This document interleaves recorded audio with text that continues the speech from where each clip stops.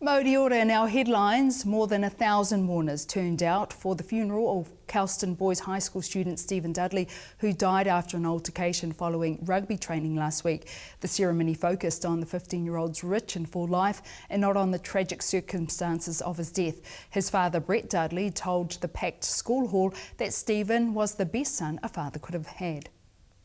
Things continue to get worse for Peter Dunne. He's no longer a minister. He's been kicked off the Security and Intelligence Committee and he'll be a no-show at Parliament this week. The United Future leader has taken a week's leave following the GCSB report leaking scandals despite Parliament sitting. John Key says he's replaced him on the committee by Senior Minister Tony Ryle because Mr Dunne is no longer a minister.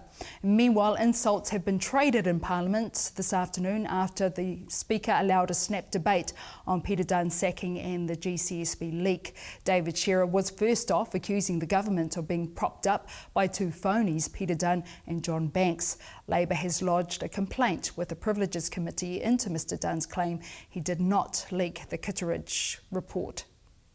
The Education Ministry's Deputy Secretary has resigned over the Nova Pay debacle. Anne Jackson says the decision to resign was hers alone and there was no pressure on her to take the action.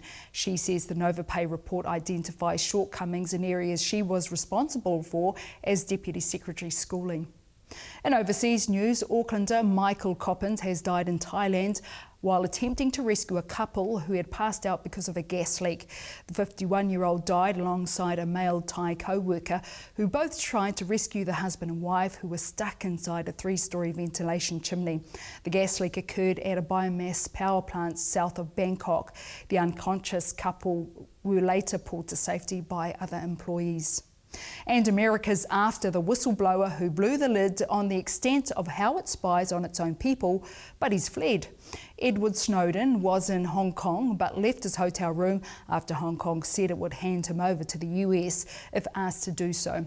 Congressman Mike Roger, chairman of the House Intelligence Committee, wants Snowden to be tried espionage. Is dangerous to us, it's dangerous to our national security, and it violates the oath of which that person took. I absolutely think they should be prosecuted. 3 days after being admitted to hospital with a lung infection, there's been no change to Nelson Mandela's condition. The former South African president, who turns 95 next month, remains in intensive care in a serious but stable condition. A government spokesperson says doctors are doing all they can to ensure he recovers. And back home in sports, one of the ever-presence of the Warriors organisation is moving on. Under-20s coach John Ackland has informed the club he won't be seeking a contract for 2014 and beyond.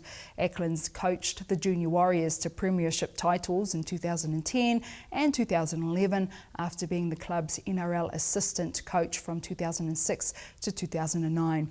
Warriors Chief Executive Wayne Scarra says they want the best man for the job, but having a Kiwi coach is a preference. Hei whakakapinga, kua huraina ngā tohu hou ki runga I ngā wakarererangi o New Zealand I te rangi nei.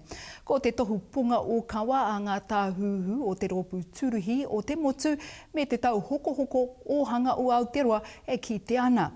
Kei reira tonu te koru e tāngi ana ki te whiore. Koe rā ngā karere matua mai te whare kōrero o Rima, noho ora mai.